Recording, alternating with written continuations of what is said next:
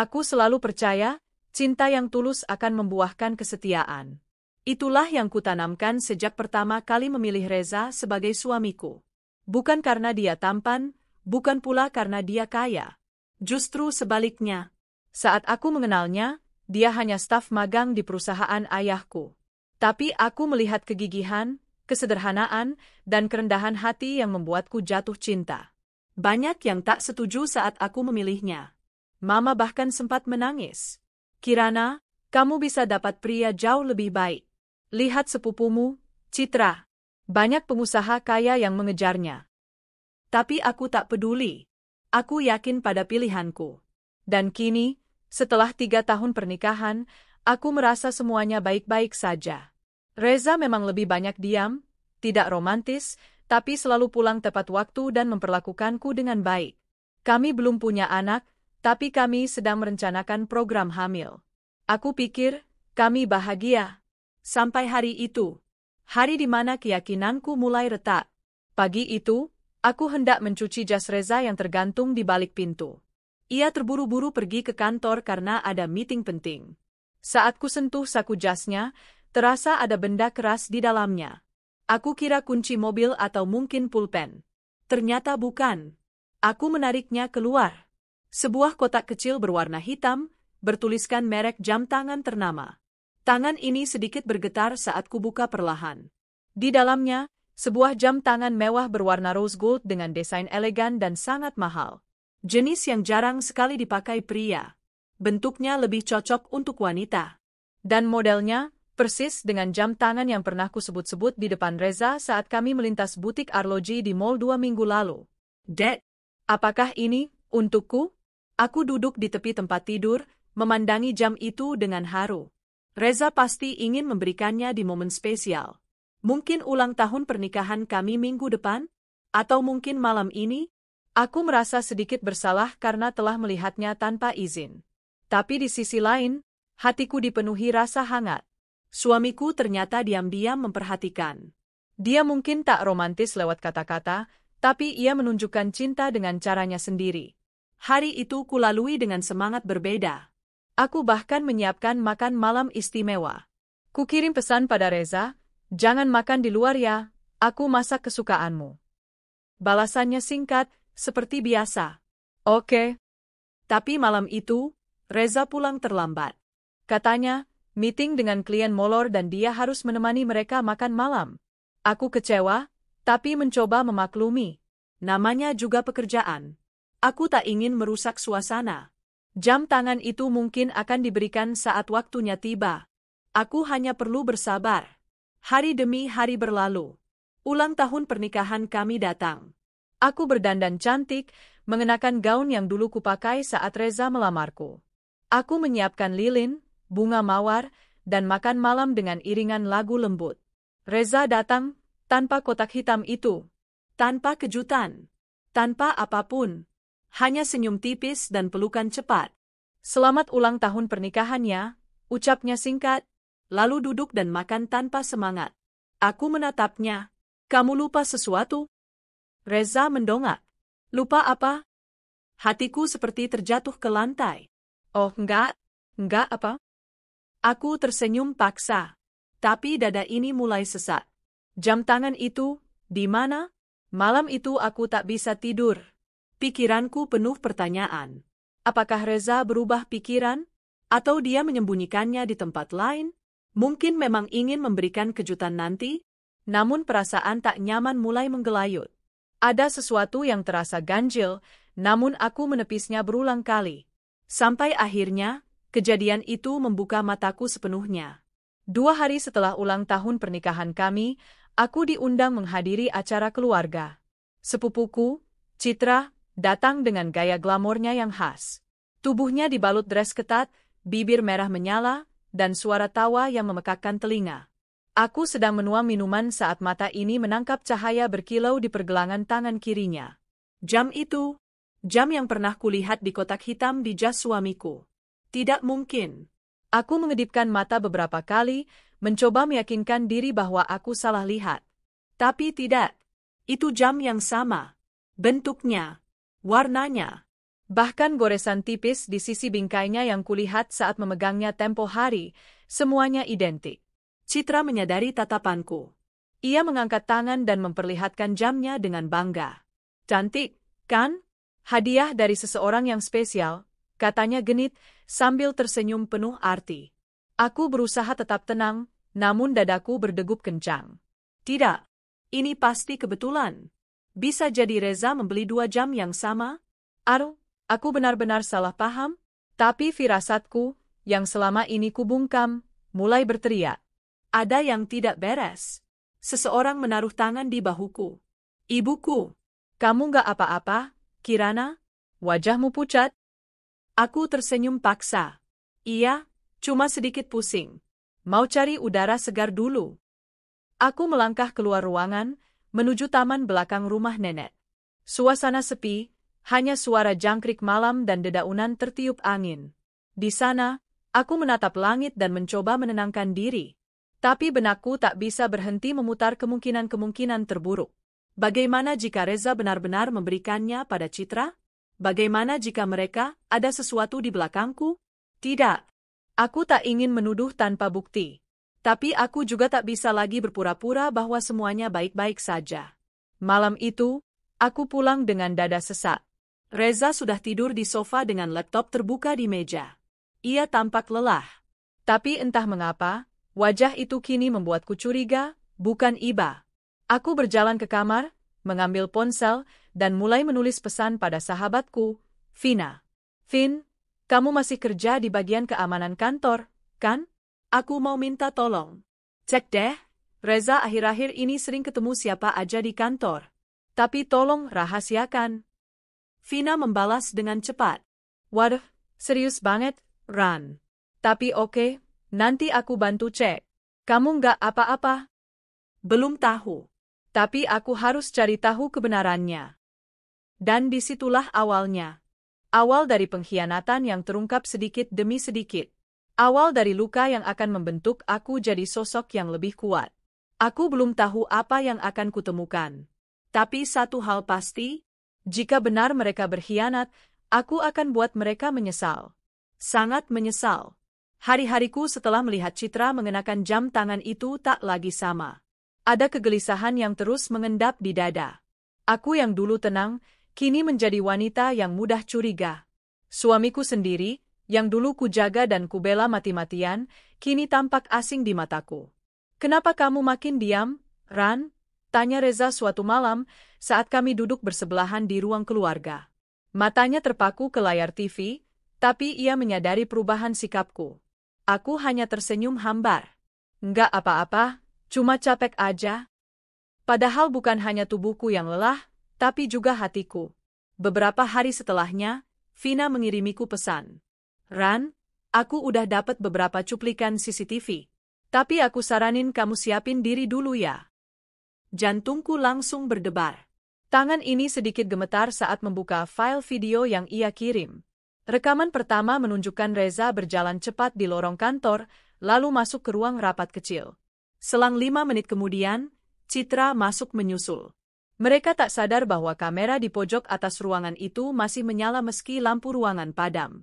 Aku memutar rekaman itu berulang kali. Mereka duduk bersebelahan. Tertawa. Berbisik. Bahkan di satu momen, Reza mengusap pipi Citra, dan perempuan itu memegang tangan Reza dengan tatapan yang menjijikkan. Ya Tuhan, napasku tercekat. Dada ini seperti dihantam batu besar. Masih belum cukup. Vina mengirim satu rekaman lagi, Reza dan Citra masuk ke mobil kantor, dan menuju sebuah hotel di luar kota, dengan alasan pertemuan dengan klien luar. Video-video itu cukup sebagai bukti, bahwa mereka tidak hanya sekadar rekan kerja. Air mataku jatuh satu persatu. Kupandangi wajah Reza dalam rekaman itu. Senyumnya. Tatapan matanya pada Citra. Semua itu dulu hanya milikku. Sekarang, ia bagikan pada wanita lain. Lebih menyakitkan lagi, wanita itu adalah sepupuku sendiri. Orang yang sering datang ke rumahku, memelukku seolah peduli. Orang yang sering meminjam bajuku, yang kusebut adik sendiri, sejak kecil. Aku hancur. Tapi di balik hancurnya hatiku, mulai tumbuh sesuatu yang baru. kemarahan, tekad. Aku tak akan menangis di sudut kamar seperti wanita lemah. Jika mereka tega menyakiti dan mengkhianatiku, maka mereka juga harus merasakan akibatnya. Keesokan harinya, aku mulai bertindak. Aku menyapa Citra lewat pesan singkat. Cit, minggu ini kamu free nggak? Aku kangen banget, pengen ngopi-ngopi kayak dulu. Balasannya cepat dan manis seperti biasa. Duh, iya banget. Aku juga kangen parah. Yuk ketemu, aku siapin waktu deh buat kamu. Aku tersenyum sinis. Masih bisa berakting, ya? Kami janjian di sebuah kafe mewah langganan kami sejak dulu. Citra datang dengan gaya modis dan make-up tebal, seperti biasa. Tapi yang membuatku muak adalah jam tangan itu, masih melingkar manis di pergelangan tangannya. Kami ngobrol basa-basi. Aku berakting seperti biasa, seolah tidak tahu apa-apa. Bahkan pura-pura tertawa saat dia membicarakan betapa bosan dia dengan pekerjaannya di perusahaan keluarga. Kadang aku iri sama kamu, Ran. Udah punya suami, karir juga bagus. Aku masih gini-gini aja, jomblo. Hahaha, katanya sambil mengaduk es kopi.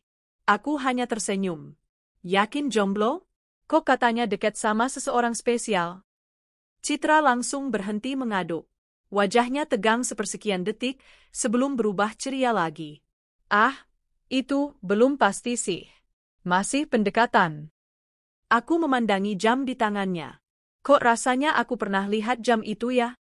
Dia tertawa manja. Ya ampun, kamu ingat detail banget sih. Ini limited edition, sih. Ada yang ngasih, tapi SSSD, rahasia. Hahaha. Aku ikut tertawa, tapi dalam hati aku mencatat semua. Nada bicaranya, gesturnya, kebohongannya. Setelah pertemuan itu, aku kembali menata langkah. Aku tahu, jika ingin menghancurkan mereka, aku tak bisa gegabah. Aku harus bermain lebih cerdas. Beberapa hari berikutnya, aku datang ke kantor dengan mengenakan peran lamaku, direktur pengganti ayahku. Dulu aku sempat menolak posisi itu karena ingin fokus pada rumah tangga. Tapi kini, aku memakainya sebagai senjata. Ayah menyambutku dengan penuh kehangatan. Ayah senang kamu mau kembali aktif. Jujur, banyak yang perlu diaudit dan ditertibkan. Termasuk bagian marketing dan operasional. Aku hanya mengangguk pelan. Tenang, ya. Aku akan cek satu persatu. Aku mulai masuk ke divisi yang dikelola oleh Reza dan Citra. Keduanya tampak gugup saat aku datang mengecek laporan bulanan. Aku pura-pura tidak tahu apa-apa, dan hanya memberi senyum sopan. Laporannya masih manual ya? Padahal ayah minta semua sudah digital sejak bulan lalu, ujarku sambil membalik halaman. Reza menggaruk kepala. Iya, maaf, kami belum sempat upgrade sistem. Baik. Nanti saya minta tim IT bantu. Oh iya, minggu depan akan ada audit internal ya. Saya minta semua laporan difinalisasi. Mereka saling pandang, wajah mereka mulai tegang. Dan aku menikmatinya. Di rumah, Reza mulai menunjukkan kegelisahan.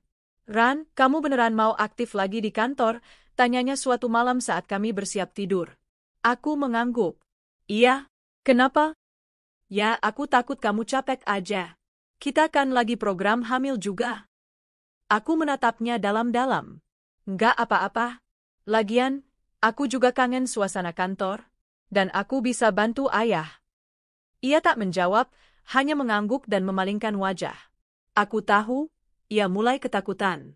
Audit internal berjalan cepat. Aku bekerja sama dengan tim keuangan, IT, dan legal.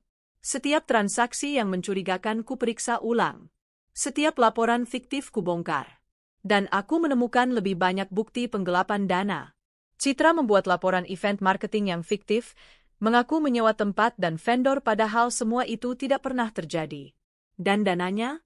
Ditransfer ke rekening atas nama seseorang yang ternyata pemilik rekeningnya adalah adik Citra sendiri. Sementara Reza? Ia menyetujui pengeluaran itu tanpa validasi dan beberapa kali menggunakan mobil operasional kantor untuk urusan pribadi. Semua bukti kukumpulkan rapi dalam satu folder. Kini, hanya tinggal menunggu waktu yang tepat untuk meledakkan semuanya. Sore itu, aku duduk di ruang kerja, menatap foto pernikahan kami yang terpajang di meja. Wajah Reza yang dulu tampak begitu tulus, kini terlihat seperti topeng. Hatiku masih sakit, luka ini belum mengering. Tapi aku tahu, aku tak akan membiarkan diriku menjadi korban selamanya. Aku menatap bayanganku di cermin. Mata ini tak lagi lemah. Hati ini tak lagi rapuh. Besok, semuanya akan berubah. Pagi itu, suasana kantor lebih hening dari biasanya. Seolah seluruh bangunan merasakan badai yang akan datang. Dan memang benar. Hari itu adalah hari audit internal divisi Reza dan Citra. Hari yang sudah kusiapkan dengan sangat teliti, penuh data, bukti, dan pertimbangan hukum. Aku berdiri di depan ruang rapat utama. Satu demi satu staf mulai memasuki ruangan. Beberapa dari mereka tampak gugup. Citra datang lebih dulu, mengenakan blazer merah menyala dan riasan sempurna. Seolah ia siap untuk presentasi. Kemudian Reza menyusul. Ia hanya mengenakan kemeja putih dan dasi abu-abu, warna favoritku dulu. Tapi kini, semua tampak hambar. Aku masuk terakhir. Dengan tenang dan percaya diri, membawa map tebal berisi laporan audit dan bukti pelanggaran yang mereka lakukan. Selamat pagi semuanya, sapaku datar. Terima kasih telah hadir. Hari ini kita akan membahas hasil audit selama 3 bulan terakhir, terutama divisi marketing dan operasional. Aku melirik Reza dan Citra. Mereka saling berpandangan, lalu menunduk. Pertama, aku meminta Citra menjelaskan beberapa pengeluaran event marketing yang masuk laporan bulan lalu. Citra mulai bicara dengan nada percaya diri, menjelaskan bahwa event tersebut sukses besar dan memberikan efek positif untuk brand. Baik, Citra, kataku sambil membuka layar presentasi. Ini beberapa foto dokumentasi dari tim media internal. Tapi kenapa event yang kamu sebutkan tidak ada dalam arsip mereka? Citra terdiam. Matanya mulai bergerak gelisah. Dan ini, lanjutku sambil membagikan dokumen printout, adalah bukti bahwa gedung yang kamu sebut sebagai tempat acara ternyata tidak pernah disewa pada tanggal yang kamu laporkan. Kami sudah mengonfirmasi langsung pada pengelolanya. Mungkin ada salah tanggal? Kat, Citra mulai gagap. Kalau begitu, bisa kamu jelaskan kenapa uang sebesar 75 juta rupiah ditransfer ke rekening pribadi atas nama Anastasia Wulan, adik kandungmu sendiri? Ruangan hening. Reza langsung menoleh ke Citra, terkejut. Kamu pakai rekening adikmu? Citra gelagapan. Itu cuma titipan, Kat. Aku waktu itu pinjam rekeningnya karena tokenku rusak. Aku meletakkan dokumen lain ke meja. Ini adalah transkrip chat kamu dan adikmu, Citra. Salah satu staf IT mencadangkannya dari laptop kantor. Di dalamnya kamu menulis, uangnya udah masuk, jangan dikasih ke siapa-siapa dulu ya, buat pegangan kalau nanti udah keluar dari sini. Citra membeku. Matanya berkaca-kaca, tapi aku tak tergoda. Sekarang giliran Reza. Aku menoleh padanya dengan ekspresi dingin. Reza, kamu sebagai kepala operasional seharusnya memverifikasi setiap transaksi. Kenapa kamu menyetujui laporan itu tanpa pengecekan? Reza membuka mulut, lalu menutupnya lagi. Wajahnya pucat. Aku menunggu, tapi ia hanya diam. Tidak hanya itu, lanjutku. Kamu juga menggunakan mobil kantor untuk keperluan pribadi sebanyak 5 kali dalam 2 bulan terakhir. Tujuan-tujuanmu bukan lokasi klien, tapi hotel dan mall. Kamu juga sering menjemput kolega yang tercatat dalam log kendaraan sebagai penumpang tetap, padahal dari rekaman CCTV, kolega itu adalah Citra. Seseorang di ujung ruangan menutup mulutnya menahan napas. Kabar ini jelas mengejutkan semua orang. Aku menatap Reza dalam-dalam. Kamu tidak hanya menyalahgunakan fasilitas perusahaan, tapi juga mengkhianati kepercayaan istrimu. Reza langsung menunduk. Wajahnya menegang. Tangannya mengepal di pangkuan. Aku meletakkan foto terakhir di meja. Foto itu jelas, Reza dan Citra berpelukan di lobi hotel. Diambil dari CCTV yang disediakan oleh pihak manajemen hotel, sesuai permintaanku sebagai pemilik perusahaan. Citra mulai menangis. Kak, maafin aku. Aku nggak niat. Kami cuma... Aku berdiri. Mataku basah, tapi aku tidak akan menangis di hadapan mereka. Citra, kamu bukan hanya menghancurkan kepercayaan keluarga, tapi juga merugikan perusahaan. Reza, kamu adalah suamiku. Aku memilihmu dengan sepenuh hati, membelamu di depan semua orang. Dan balasannya, kamu tidur dengan sepupuku sendiri. Reza mencoba berdiri, memohon. Kirana, aku... Diam, suaraku meninggi. Kamu diam. Aku menarik napas dalam, lalu mengeluarkan surat pemecatan. Mulai hari ini, kalian berdua saya nonaktifkan dari perusahaan. Surat resmi akan dikirimkan ke rumah kalian masing-masing. Semua akses kantor, kendaraan, fasilitas, diblokir mulai sore ini. Mereka berdua kaget. Reza masih mencoba mendekat. Ran, aku salah. Tapi aku masih cinta sama kamu. Aku menatapnya dengan jijik. Cinta? Cinta macam apa yang kamu bawa ke ranjang dengan sepupuku sendiri? Semua mata tertuju pada kami. Tak ada yang berani bersuara. Aku mengangkat folderku, lalu menatap seluruh staf. Siapapun yang ikut terlibat dalam kasus ini, bersiaplah. Audit ini belum selesai. Saya tidak main-main. Aku keluar dari ruangan tanpa menoleh ke belakang. Di mobil, aku menangis. Tapi bukan karena lemah. Tangis ini adalah tangis pembersihan. Tangis yang akan mengakhiri masa bodoh dan awalku menjadi wanita yang tahu apa yang layak ia pertahankan dan apa yang harus ia lepaskan. Sesampainya di rumah, aku duduk sendiri di ruang tamu. Lalu kubuka laci kecil tempatku menyimpan surat-surat penting. Di sana, sudah kusiapkan berkas perceraian.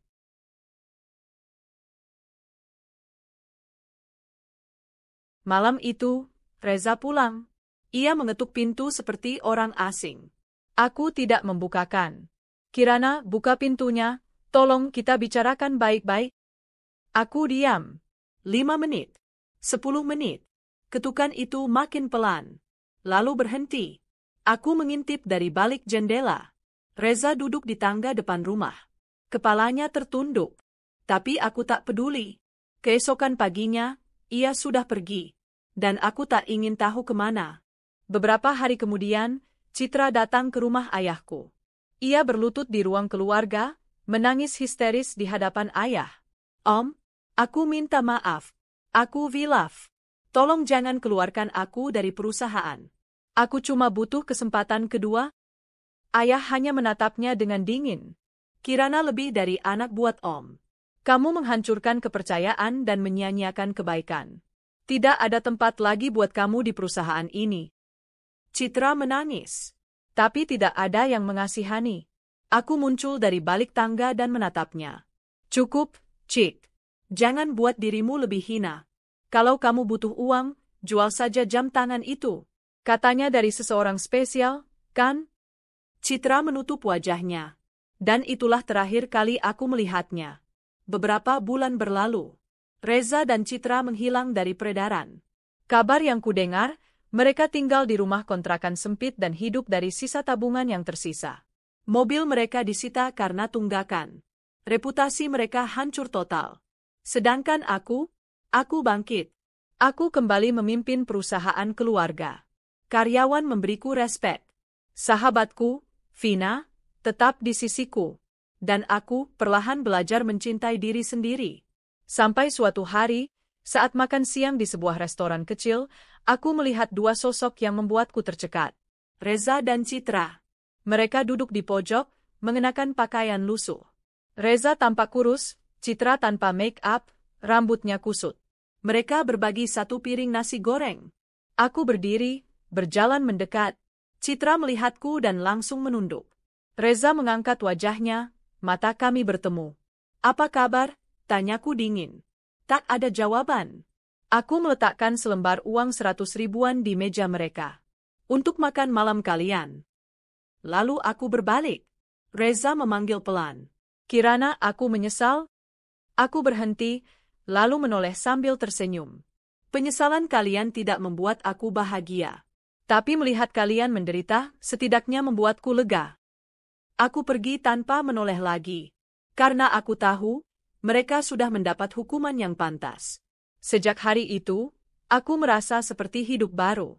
Beban yang selama ini menghimpit dada perlahan mulai sirna. Rasanya seperti keluar dari ruangan gelap dan pengap, lalu menatap langit cerah yang luas. Tapi aku tahu, ini belum akhir. Bagi Reza dan Citra, pemecatan hanyalah awal dari hukuman mereka. Mereka telah menusuk dari belakang, merusak rumah tanggaku, merendahkan harga diriku. Dan aku, Kirana, bukan tipe wanita yang akan tinggal diam. Sejak awal aku memilih diam dan tenang bukan karena aku bodoh atau tidak tahu. Aku hanya menunggu waktu. Waktu yang tepat untuk membuat mereka benar-benar menyesal. Dan saat itu telah datang. Beberapa hari setelah pertemuan terakhir dengan Reza dan Citra di restoran kecil itu, aku memutuskan untuk memulai langkah selanjutnya. Langkah untuk membuat mereka jatuh lebih dalam. Tidak dengan cara kekerasan, tidak juga dengan amarah. Tapi dengan rencana cerdas yang menghancurkan dari dalam. Langkah pertama, melacak semua jejak keuangan mereka. Aku masih memiliki akses ke beberapa koneksi di bank, termasuk kenalan lamaku, Dani, yang dulu sering menangani urusan pajak dan investasi keluarga kami. Aku menghubunginya dan menjelaskan bahwa aku ingin mengetahui kondisi keuangan Reza dan Citra secara detail. Dani tidak menanyakan macam-macam. Ia hanya berkata, berikan aku waktu 3 hari. 3 hari kemudian, dia mengirimiku laporan lengkap. Rekening Reza tersisa Rp2.400.000. Rekening Citra hanya berisi Rp975.000. Mereka juga masih menunggak cicilan mobil sebesar Rp56 juta. Kredit rumah Citra sudah macet 3 bulan dan hampir disita. Aku hanya tersenyum membaca laporan itu. Itu baru pemanasan, bisikku pada diri sendiri. Langkah kedua, menghentikan semua peluang kerja mereka. Perusahaanku memang bukan satu-satunya yang besar di kota ini. Tapi karena aku adalah anak dari hartawan Rahman, pengusaha ternama, banyak perusahaan kecil dan menengah yang menjalin kemitraan denganku. Aku menghubungi beberapa rekan bisnis ayahku secara pribadi. Menjelaskan bahwa Reza dan Citra tidak hanya melakukan pelanggaran etika, tapi juga menyalahgunakan dana perusahaan. Aku tidak menyuruh mereka untuk memusuhi 2 pengkhianat itu. Aku hanya menceritakan fakta, dan fakta itu lebih tajam daripada kata-kata kebencian. Tak lama kemudian, Citra mencoba melamar kerja di perusahaan kosmetik milik sahabat ayahku. Tapi setelah proses wawancara, ia langsung ditolak. Reza pun begitu. Ia mencoba masuk ke perusahaan alat berat milik rekan lama ayah. Tapi belum sempat menyerahkan berkas, ia sudah diminta untuk tidak membuang waktu. Mereka mulai menyadari bahwa semua pintu telah tertutup. Dan aku adalah kuncinya. Tapi aku belum puas. Masih ada satu hal lagi yang belum kuselesaikan. Membuka mata semua keluargaku. Keluargaku selama ini memang terlalu baik. Bahkan ketika aku menceraikan Reza dan memecat Citra, sebagian dari mereka masih berpikir aku terlalu keras. Apa nggak bisa dimaafkan, Kirana? Tanya salah satu tanteku. Namanya juga cobaan rumah tangga. Kamu harus lebih sabar, kata yang lain. Mereka tidak tahu apa yang benar-benar terjadi. Mereka tidak tahu pengkhianatan seperti apa yang aku alami. Karena itu, aku memutuskan untuk mengundang semua keluarga besar ke acara makan malam kecil-kecilan di rumah ayah. Termasuk Citra dan Reza. Undanganku sopan, tapi penuh jebakan. Keluarga besar Rahman, kami mengundang bapak ibu saudara I untuk hadir dalam jamuan makan malam sederhana di rumah keluarga pada hari Minggu pukul 19. Akan ada sedikit pengumuman dari Kirana. Ayahku sempat bertanya, kamu yakin mau mengundang mereka? Aku mengangguk. Aku hanya ingin satu hal, ya, supaya semua tahu kebenaran. Minggu malam pun tiba. Ruang makan besar keluarga dipenuhi suara riuh. Beberapa sepupuku sudah datang, termasuk tantenya Citra dan paman dari pihak ibuku. Mereka semua tampak penasaran. Dan saat pukul 19.15, Reza datang. Sendiri. Penampilannya lusuh. Bajunya kusut. Sepatunya tidak mengilap seperti dulu. Ia berdiri di depan pintu dengan wajah bingung. Aku mendekatinya. Silakan masuk. Aku tunggu Citra. Reza menunduk. Dia nggak mau datang. Takut malu. Aku hanya tersenyum. Bagus, karena malam ini bukan tentang dia, tapi tentangmu. Aku mengarahkan Reza duduk di salah satu kursi tamu. Beberapa keluarga memandang aneh, tapi tetap diam. Tak lama kemudian, aku berdiri di depan semua tamu dan mulai bicara. Terima kasih semuanya sudah datang malam ini. Maaf kalau undangannya mendadak. Tapi aku ingin berbagi sesuatu yang selama ini kusimpan sendiri. Semua menatapku. Aku membuka laptop yang terhubung ke layar besar di ruang makan. Kita semua tahu bahwa keluarga kita besar, tapi tak luput dari masalah. Dan malam ini aku ingin membuka salah satu dari masalah itu. Aku klik sebuah video. Video rekaman CCTV Reza dan Citra di ruang rapat kantor. Orang-orang mulai berbisik. Beberapa menutup mulut. Yang lain menatap Reza dengan tajam. Aku lanjutkan. Video berikutnya, foto mereka keluar dari hotel. Lalu print out percakapan mereka. Lalu bukti transfer dana ke adik Citra. Aku membacakan kalimat demi kalimat sambil berdiri tegar di depan keluarga. Aku tidak menyebarkan ini untuk aib. Tapi agar kalian tahu bahwa saat aku memutuskan menceraikan Reza dan memecat Citra, itu bukan karena aku emosional. Tapi karena aku tidak mau membiarkan pengkhianatan dianggap remeh. Reza menunduk dalam-dalam. Tak bisa berkata apa-apa. Salah satu tanteku, yang dulu menyuruhku, sabar, berdiri dan berkata, "Astaga, Kirana, maafkan tante. Tante tidak tahu sejauh ini masalahnya." Yang lain ikut mendekat dan meminta maaf. Ayahku berdiri, lalu menepuk pundakku. "Aku bangga padamu, Kirana. Kamu tetap kuat dan tidak menyerah." Aku tersenyum. Aku hanya ingin keadilan. Dan malam ini, aku sudah mendapatkannya. Setelah itu, acara makan malam berubah menjadi sesi canggung. Beberapa orang melirik Reza dengan sinis, bahkan ada yang meninggalkan tempat lebih cepat. Dan aku merasa bebas. Seminggu setelah acara itu, aku mendapat kabar bahwa rumah kontrakan Reza dan Citra ditinggalkan. Mereka kabur dari kota ini, entah kemana. Dan jujur, aku tidak peduli. Karena tujuan utamaku bukan membuat mereka lari. Tapi membuka mata semua orang bahwa aku bukan perempuan lemah. Aku bukan wanita yang akan tinggal diam saat diinjak. Aku bukan istri yang bisa dibohongi begitu saja. Dan aku bukan keluarga yang akan diam saat harga diri diinjak-injak oleh darah daging sendiri. Kini, semua tahu siapa Kirana. Dan itu baru permulaan. 2 minggu telah berlalu sejak malam itu. Malam ketika semua keluarga menyaksikan kebusukan Reza dan Citra secara terbuka. Malam yang dulu hanya kubayangkan dalam angan, akhirnya menjadi nyata, dan bahkan lebih manis dari yang kupikirkan. Namun, meski aku telah membuka aib mereka, rasa sakit di dalam hati ini belum sepenuhnya pergi. Aku masih sering terbangun di malam hari, menatap kosong ke langit-langit kamar, mengingat saat-saat dulu Reza menyentuh tanganku lembut, atau mengucap janji sehidup semati di pelaminan. Bagaimana bisa seseorang yang dulu mencintaimu, kini menjadi orang yang paling menyakitimu? Aku menatap cermin di meja rias. Wajahku tampak lebih tegas sekarang. Sorot mataku tajam, bukan karena kebencian, tapi karena luka yang sudah terlatih menerima pengkhianatan. Ponselku berbunyi pelan. Sebuah pesan masuk dari nomor tak dikenal. "Mbak Kirana, saya Dinda. Saya dulu pernah kerja satu divisi dengan Mbak Citra. Saya mau bicara. Bolehkah saya ketemu?" Aku menatap nama itu dengan kening berkerut. "Dinda?" Aku ingat samar-samar, dia adalah staf junior yang pendiam dan selalu menunduk saat lewat di depanku. Aku membalas singkat, "Boleh. Besok jam 10 pagi di Cafe Aurel. Jangan telat." Keesokan harinya, aku datang lebih dulu ke kafe itu.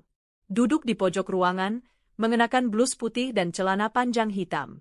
Tak lama kemudian, Dinda muncul. Ia tampak gugup, rambutnya dikepang sederhana, dan matanya selalu menunduk. "Silakan duduk," kataku, tersenyum ramah. Dinda menarik napas panjang. "Mbak, saya minta maaf sebelumnya kalau keberadaan saya mengganggu. Tapi saya harus bicara. Ini tentang Mbak Citra dan Mas Reza." Aku mengangguk pelan, menyuruhnya melanjutkan. "Dulu, saya tahu mereka punya hubungan khusus. Tapi saya tidak berani bicara karena saya anak baru. Mbak Citra sering ajak saya keluar kantor diam-diam untuk bantu cover kepergian dia dan Mas Reza." Aku menajamkan telinga. "Tapi yang lebih parah, Mbak, Citra pernah bilang, dia ingin menjatuhkan Mbak dari dalam. Katanya Mbak terlalu sempurna, terlalu dihormati, dan dia ingin tunjukkan ke semua orang kalau Mbak juga bisa kalah. Aku menggenggam cangkir kopiku erat. Begitu dalam rupanya dendam sepupuku. Citra bahkan pernah bilang kalau bisa, dia akan buat Mas Reza meninggalkan Mbak tanpa sepeser pun. Dan dia akan jadi istri resmi menggantikan Mbak. Aku tersenyum getir. Tapi sekarang mereka kehilangan segalanya. Dinda mengangguk cepat. Saya dengar mereka pindah ke kota kecil di pinggiran. Katanya buka warung makan. Tapi saya juga dengar Citra sering mengeluh ke teman lamanya, katanya dia tidak tahan hidup seperti itu. Aku menarik napas panjang. Terima kasih sudah bicara, Dinda. Kau wanita pemberani. Dinda berdiri dan mengangguk sopan. Saya hanya ingin Mbak tahu, banyak dari kami yang menghormati Mbak. Mungkin diam-diam, tapi kami belajar dari ketegasan dan ketulusan Mbak. Setelah Dinda pergi, aku termenung lama. Rasa pedih dalam hati ini berubah menjadi campuran antara lega dan iba.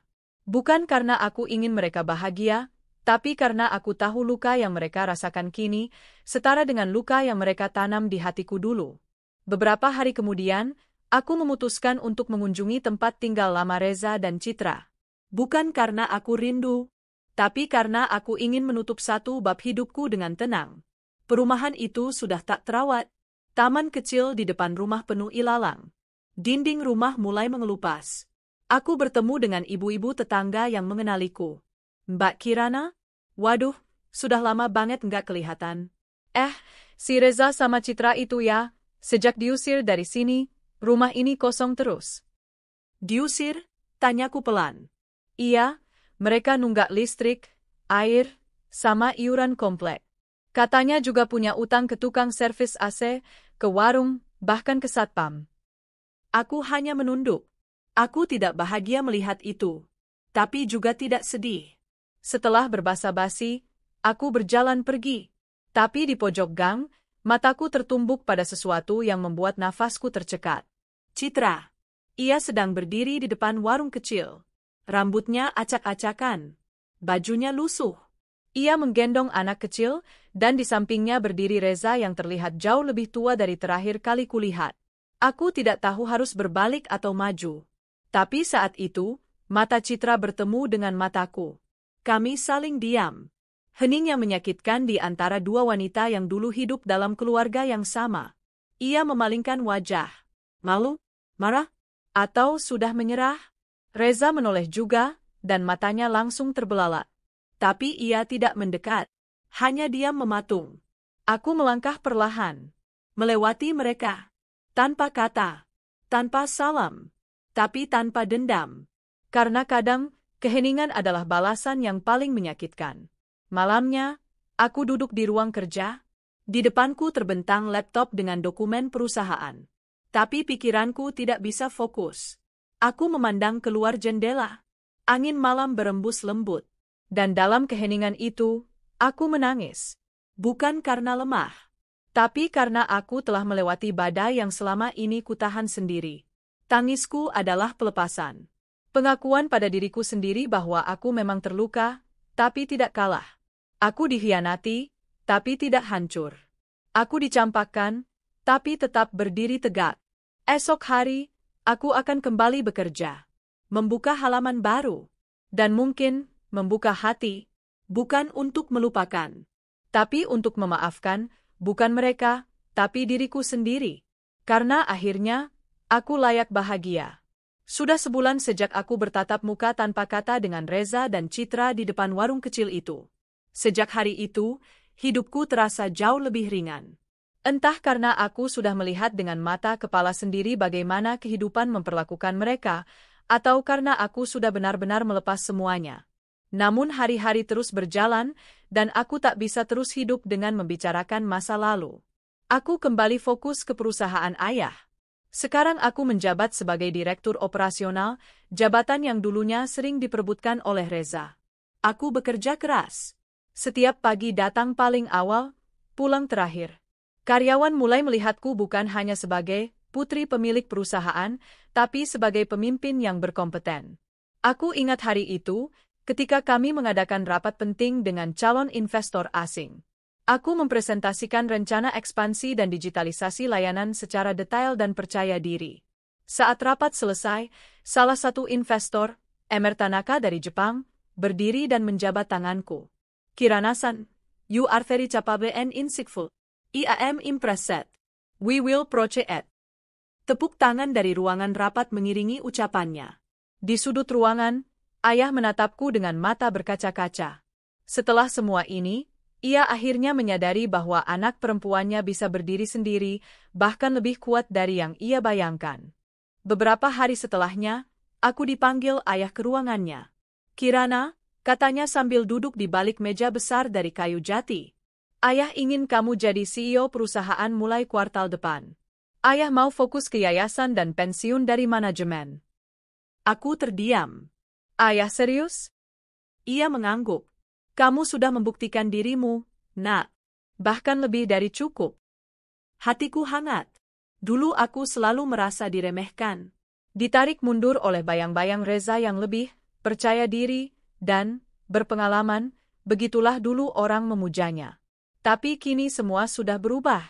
Aku yang tadinya dijadikan bulan-bulanan, kini menjadi pusat kekuatan di keluarga ini. Sore itu aku duduk di balkon rumah, menatap langit senja. Hening. Damai. Ponselku bergetar. Sebuah pesan masuk dari nomor tak dikenal lagi. Mbak Kirana, saya teman lama Citra dari SMA. Saya ingin cerita sesuatu. Saya tahu ini mungkin sudah basi, tapi saya merasa Mbak berhak tahu. Aku membalas. Silakan. Saya siap mendengar. Tak lama, ponselku berdering. Suara perempuan di seberang sana terdengar gugup, namun serius. Mbak, saya tahu Citra sejak SMA. Kami dulu satu geng. Dan waktu saya dengar Citra menikung suami Mbak, saya sebenarnya tidak kaget. Kenapa? Tanyaku pendek. Karena dia punya obsesi lama ke hidup Mbak. Sejak dulu, dia merasa Mbak selalu lebih dari dia. Lebih cantik, lebih pintar, lebih disayang keluarga. Bahkan dulu waktu Mbak dapat beasiswa ke luar negeri, Citra sampai nangis di kamar, marah-marah karena dia ngerasa tertindas. Aku menarik napas panjang. Entah kenapa, aku tak marah lagi. Justru, iba. Temanku di telepon melanjutkan, dan sekarang dia hidup sangat susah, Mbak. Saya terakhir ketemu dia di pasar. Dia jualan baju bekas. Wajahnya kusam, kurus, dan kayak orang hilang arah. Apa dia menyesal? Tanyaku lirih. Aku nggak tahu. Tapi dia sempat bilang, kenapa hidup nggak adil, ya? Aku cuma pengen ngerasain jadi Kirana walau sehari saja. Aku terdiam. Setelah telepon itu, aku duduk lama sekali. Menyadari satu hal, Citra bukan hanya menghancurkan rumah tanggaku karena cinta, tapi karena iri yang sudah membusuk sejak dulu. Iri yang tak pernah dia tangani, iri yang ia biarkan tumbuh menjadi dendam. Dan Reza? Mungkin hanya pelengkap dari kerusakan itu.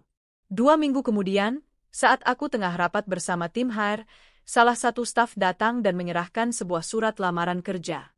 Maaf, Bu Kirana. Kami dapat lamaran ini dari email perusahaan. Pelamarnya mengajukan posisi di divisi logistik. Tapi mungkin Ibu ingin lihat dulu. Aku membuka amplopnya. Nama pelamar, Reza Pratama Putra. Mataku menajam. Ya Tuhan, Reza? Tak lama kemudian, HRD menyerahkan salinan surat pengantar yang ditulis tangan. Saya sadar akan kesalahan besar yang pernah saya lakukan, dan saya tidak berharap pengampunan.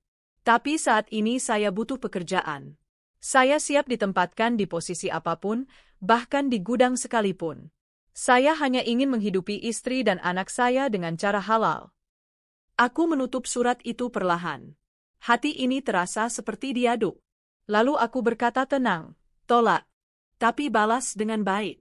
Katakan bahwa kami menghargai niatnya, namun saat ini tidak membuka kesempatan untuk pelamar dengan catatan etik kerja yang tidak sesuai nilai perusahaan. Staf mengangguk cepat, lalu keluar ruangan. Dan saat pintu ditutup, aku menatap meja kayu di depanku. Reza, akhirnya kamu tahu rasa. Dulu kau meninggalkanku dengan luka yang dalam, demi nafsu sesaat. Kini kau memohon kesempatan, bahkan untuk posisi gudang, di perusahaan yang dulu kau anggap bukan milikmu. Ironi yang begitu indah. Malamnya aku menulis di jurnal harian. Mereka bilang dendam adalah racun. Tapi bagiku, balas dendam bukan tentang menyakiti mereka kembali. Tapi menunjukkan bahwa aku bisa berdiri, bahkan lebih tinggi dari sebelum mereka menjatuhkanku. Dan hari ini, aku berdiri di tempat itu. Hari itu matahari bersinar terik, menyilaukan halaman rumah ayah yang sudah lama tak kujejak. Hari ini bukan hari raya, bukan juga ulang tahun siapapun. Tapi hari ini aku datang dengan sebuah keputusan.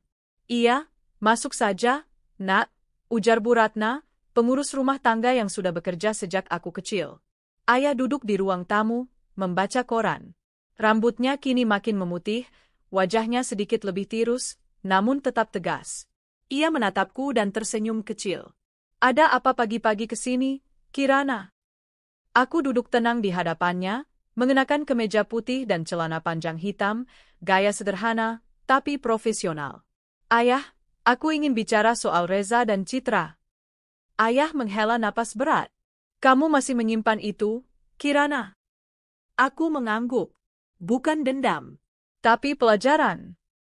Aku menceritakan semua. Tentang surat lamaran Reza yang dikirim ke perusahaanku. Tentang informasi dari teman lama Citra. Tentang hidup mereka yang kini semakin terpuruk. Tentang keputusanku untuk tidak menerima Reza kembali dalam bentuk apapun. Sebagai suami, sebagai karyawan, bahkan sebagai teman. Ayah terdiam cukup lama sebelum akhirnya berkata, Ayah bangga padamu. Dulu ayah terlalu percaya pada Reza, dan terlalu menekanmu. Maafkan ayah. Air mataku jatuh tiba-tiba. Aku udah maafin ayah sejak lama. Ayah berdiri dan memelukku. Untuk pertama kalinya setelah sekian lama, aku merasa benar-benar utuh kembali. Meskipun bekas luka masih membekas, tapi aku sudah bisa berjalan tanpa rasa sakit yang menghantui. Beberapa minggu setelahnya, aku menerima undangan pertemuan keluarga besar. Sebuah tradisi tahunan di rumah keluarga kakek dari pihak ibu. Biasanya aku selalu menghindari acara ini, karena, ya, Citra akan ada di sana. Tapi tahun ini aku memutuskan untuk datang. Aku mengenakan gaun sederhana berwarna navy. Tidak glamor, tidak mencolok, tapi elegan. Rambutku disanggul rapi, dan di tanganku, tergantung clutch kecil berwarna silver. Wajahku tidak dibuat menor, tapi cukup segar untuk terlihat berwibawa. Saat aku masuk ke rumah besar keluarga kami, suasana langsung terdiam sejenak. Itu Kirana ya? Iya. Kirana makin cantik, makin anggun. Bisik-bisik itu terdengar jelas. Tapi aku tak menggubrisnya. Aku hanya melangkah pelan ke arah ruang utama tempat semua keluarga berkumpul. Dan di sudut sana, ya, di pojok ruang makan, duduklah Citra, mengenakan gamis lusuh berwarna coklat pudar. Wajahnya tampak lebih tua dari usianya. Matanya sayu, dan tangannya gemetaran saat memegang sendok. Di sampingnya duduk Reza, memakai kemeja bekas yang sudah pudar warnanya. Matanya bertemu mataku. Ia buru-buru menunduk. Dan saat aku menghampiri meja itu, semua mata menatap kami. Selamat siang, Citra. Reza, ucapku tenang. Citra tampak kikuk. Kirana, bagaimana kabar kalian?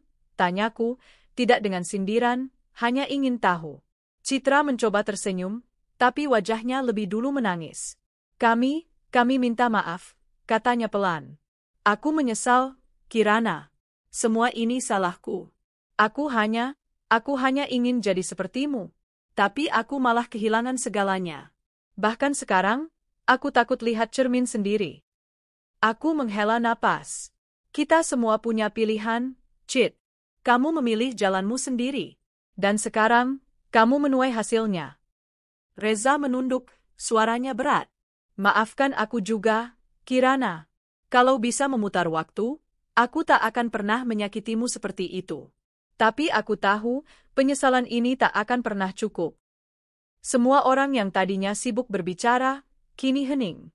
Mereka menyaksikan percakapan kami dengan mata terbelalak. Beberapa paman dan bibi tampak saling berbisik, ada juga yang menahan napas. Aku tersenyum tipis.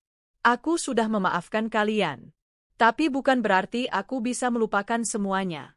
Luka ini sudah menjadi bagian dari siapa aku sekarang. Dan kalian adalah bagian dari luka itu. Citra menangis makin kencang. Reza tak sanggup menatapku. Namun terima kasih, kataku lagi, kali ini dengan suara lebih dalam. Karena kalian, aku belajar berdiri. Karena kalian, aku tahu siapa diriku sebenarnya. Dan karena kalian, aku bisa menjadi wanita yang jauh lebih kuat dari yang pernah kubayangkan. Aku berbalik, meninggalkan mereka dengan gengsi terakhir yang mereka punya, rasa malu yang telanjang. Beberapa bulan setelahnya, perusahaanku berkembang pesat. Proyek baru di luar negeri berhasil ditandatangani. Aku menjadi pembicara tamu di beberapa seminar bisnis perempuan. Namaku bahkan masuk ke majalah nasional dengan judul Bangkit dari Pengkhianatan. Perjalanan seorang CEO muda. Dan di hari ulang tahunku yang ke-33, aku duduk sendiri di ruang kerjaku sambil menatap langit sore. Seorang pria masuk ke ruanganku, membawa bunga mawar putih. Ada tamu? Tanyaku. Dia tersenyum. Bukan tamu. Hanya seseorang yang kagum padamu sejak dulu. Namanya Adrian, konsultan keuangan yang pernah bekerja sama denganku di awal proyek digitalisasi. Ia tenang, dewasa, dan rendah hati. Tak pernah memaksakan apapun. Hanya hadir, pelan-pelan mengisi ruang kosong yang dulu sempat hancur. Boleh aku ajak kamu makan malam hari ini? Tanyanya pelan. Aku tertawa kecil. Makan malam atau wawancara bisnis? Kalau yang ngajak aku, pasti bukan wawancara, katanya sambil tersenyum lebar. Dan aku mengangguk. Malam itu, aku makan malam tanpa bayangan masa lalu yang menghantuiku. Tanpa luka yang menusuk. Hanya aku, wanita baru yang telah menyelesaikan perangnya sendiri. Dalam diariku malam itu, aku menulis. Ada orang yang datang dalam hidup kita sebagai cinta pertama, dan ada juga yang datang sebagai pelajaran paling menyakitkan. Tapi Tuhan tak pernah menulis jalan sia-sia. Karena dari luka itu, aku lahir kembali, lebih kuat, lebih berani, dan lebih siap menerima cinta yang tak menyakitkan.